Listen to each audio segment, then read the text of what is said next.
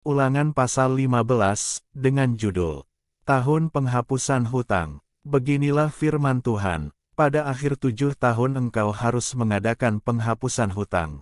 Inilah cara penghapusan itu, setiap orang yang berpiutang harus menghapuskan apa yang dipinjamkannya kepada sesamanya, janganlah ia menagih dari sesamanya atau saudaranya, karena telah dimaklumkan penghapusan hutang demi Tuhan. Dari seorang asing boleh kau tagih, tetapi piutangmu kepada saudaramu haruslah kau hapuskan. Maka tidak akan ada orang miskin di antaramu, sebab sungguh Tuhan akan memberkati engkau di negeri yang diberikan Tuhan, Allahmu, kepadamu untuk menjadi milik pusaka, asal saja engkau mendengarkan baik-baik suara Tuhan, Allahmu, dan melakukan dengan setia segenap perintah yang kusampaikan kepadamu pada hari ini. Apabila Tuhan, Allahmu, memberkati engkau, seperti yang dijanjikannya kepadamu, maka engkau akan memberi pinjaman kepada banyak bangsa, tetapi engkau sendiri tidak akan meminta pinjaman, engkau akan menguasai banyak bangsa, tetapi mereka tidak akan menguasai engkau. Jika sekiranya ada di antaramu seorang miskin, salah seorang saudaramu di dalam salah satu tempatmu, di negeri yang diberikan kepadamu oleh Tuhan, Allahmu, maka janganlah engkau menegarkan hati ataupun menggenggam tangan terhadap saudaramu yang miskin itu, tetapi engkau harus membuka tangan lebar-lebar baginya dan memberi pinjaman kepadanya dengan limpahnya, cukup untuk keperluannya, seberapa ia perlukan.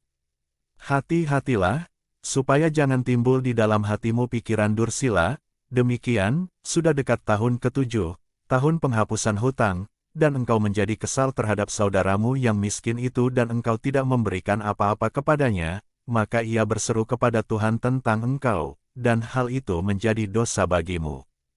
Engkau harus memberi kepadanya dengan limpahnya dan janganlah hatimu berduka cita, apabila engkau memberi kepadanya, sebab oleh karena hal itulah Tuhan, Allahmu, akan memberkati engkau dalam segala pekerjaanmu dan dalam segala usahamu. Sebab orang-orang miskin tidak hentinya akan ada di dalam negeri itu, itulah sebabnya aku memberi perintah kepadamu, demikian, haruslah engkau membuka tangan lebar-lebar bagi saudaramu, yang tertindas dan yang miskin di negerimu. Judul berikutnya yaitu Memerdekakan Budak Ibrani. Beginilah firman Tuhan, apabila seorang saudaramu menjual dirinya kepadamu, baik seorang laki-laki Ibrani ataupun seorang perempuan Ibrani, maka ia akan bekerja padamu 6 tahun lamanya, tetapi pada tahun yang ke-7 engkau harus melepaskan dia sebagai orang merdeka. Dan apabila engkau melepaskan dia sebagai orang merdeka, maka janganlah engkau melepaskan dia dengan tangan hampa, engkau harus dengan limpahnya memberi bekal kepadanya dari kambing dombamu, dari tempat pengirikanmu dan dari tempat pemerasanmu, sesuai dengan berkat yang diberikan kepadamu oleh Tuhan, Allahmu, haruslah kau berikan kepadanya. Haruslah kau ingat, bahwa engkau pun dahulu budak di tanah Mesir dan engkau ditebus Tuhan, Allahmu, itulah sebabnya aku memberi perintah itu kepadamu pada hari ini. Tetapi apabila dia berkata kepadamu, aku tidak mau keluar meninggalkan engkau, karena ia mengasihi engkau dan keluargamu, sebab baik keadaannya padamu, maka engkau harus mengambil sebuah penusuk dan menindik telinganya pada pintu, sehingga ia menjadi budakmu untuk selama-lamanya. Demikian juga kau perbuat kepada budakmu perempuan.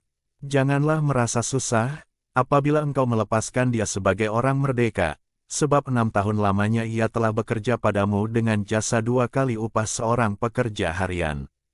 Maka Tuhan, Allahmu, akan memberkati engkau dalam segala sesuatu yang kau kerjakan.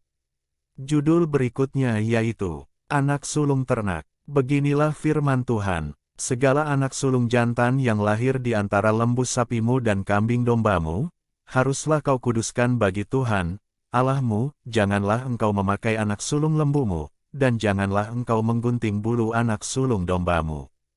Di hadapan Tuhan, Allahmu, engkau harus memakan dagingnya tahun demi tahun di tempat yang akan dipilih Tuhan, engkau ini dan seisi rumahmu.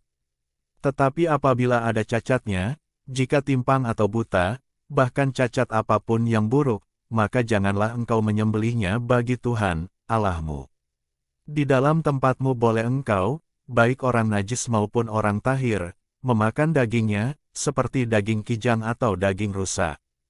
Hanya darahnya janganlah kau makan, haruslah kau curahkan ke tanah seperti air. Demikian firman Tuhan dari Injil Ulangan pasal 15. Tuhan Yesus memberkati.